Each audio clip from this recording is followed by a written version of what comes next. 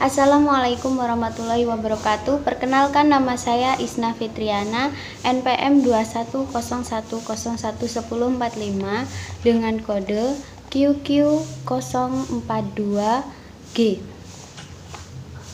Video ini ditunjukkan untuk memenuhi tugas mata kuliah Qiraatul Quran dengan tema makharijul huruf.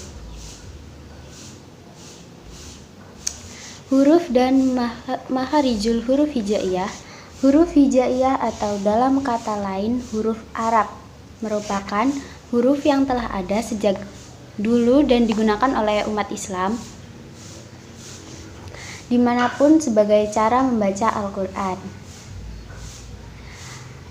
Huruf atau al-huruf adalah bentuk jamak dari al-huruf yang berarti bagian terkecil dari lafaz yang tidak dapat membentuk makna tersendiri, kecuali harus dirangkai dengan huruf lain. Dalam ilmu tajwid dan qiraah dikenal istilah makharijul huruf. Makharij merupakan bentuk jamak dari makhraj yang artinya tempat keluar, dan al-huruf artinya huruf yang memiliki bentuk kata majemuk makharijul huruf. Secara bahasa, makharijul huruf adalah tempat keluarnya huruf-huruf ketika huruf itu diucapkan. Sedangkan secara istilah, makharijul huruf adalah tempat keluarnya huruf-huruf ketika huruf-huruf dibunyikan. Ketika membaca Al-Quran, setiap huruf harus dibunyikan sesuai makhraj hurufnya. Kesalahan yang sering kita temukan adalah mengucapkan huruf atau makhraj huruf yang tidak sesuai dengan tempatnya, sehingga dapat menimbulkan perbedaan makna atau kesalahan arti pada bacaan yang tengah dibaca. Kesalahan ini bahkan dapat menyebabkan dosa, terutama jika dilakukan dengan sengaja dan sadar. Menurut Haji Subhan Nur, makharijul huruf adalah tempat keluarnya huruf atau letak pengucapan huruf.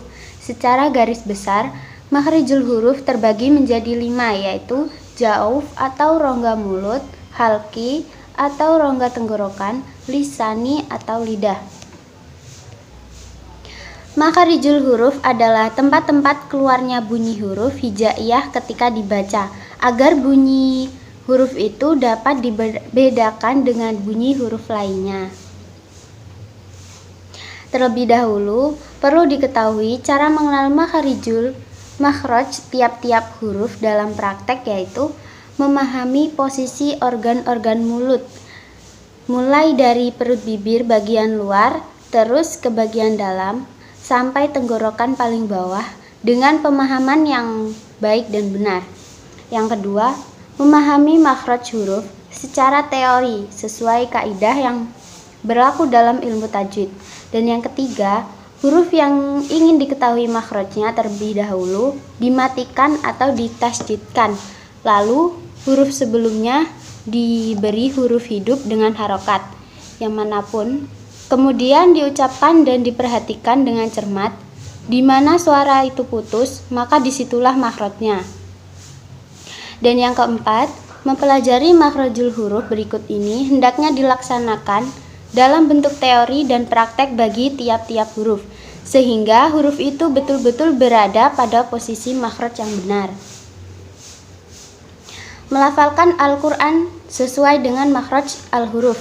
Ada 17 tempat menurut Imam Khalil bin Ahmad bila dikelompokkan menjadi 5, yaitu al-haq atau tenggorokan, al-lisan atau lidah, al-safatain atau 2 bibir, al-jauf rongga mulut, al-kasyum atau pangkal hidung. Makhraj adalah tempat keluarnya huruf dan merupakan pembeda antara satu huruf dengan huruf yang lainnya. Makhraj dibagi menjadi 2. Yang pertama, makhraj hakiki dan makhraj takdiri. Makhraj hakiki yang memiliki sandaran suara yang jelas baik pada permukaan tenggorokan maupun lisan dan bibir. Makhraj takdiri, makhraj yang tidak memiliki sandaran suara yang jelas dari bagian tenggorokan, lisan, dan bibir. Tujuan mempelajari sifat-sifat huruf adalah agar orang yang keluar dari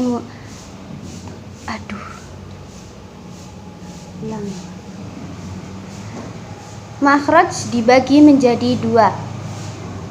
Yang pertama, makhraj hakiki. Makhraj hakiki yang memiliki sandaran suara yang jelas dan baik permukaan tenggorokan maupun lisan dan bibir. Makhraj takdiri adalah makhraj yang memiliki sandaran suara yang jelas dan bagian tenggorokan, lisan, dan bibir. Tujuan mempelajari sifat-sifat huruf adalah agar huruf yang keluar dari mulut seseorang semakin sesuai dengan keaslian huruf-huruf Al-Quran itu tersendiri. Sifat zatiyah adalah sifat asli yang selalu ada atau melekat pada huruf, tidak akan berpisah dalam keadaan apapun. Sifat aradiyah adalah sifat bukan asli yang tidak selalu ada atau melekat pada huruf. Kadang-kadang ada dan kadang-kadang tidak ada.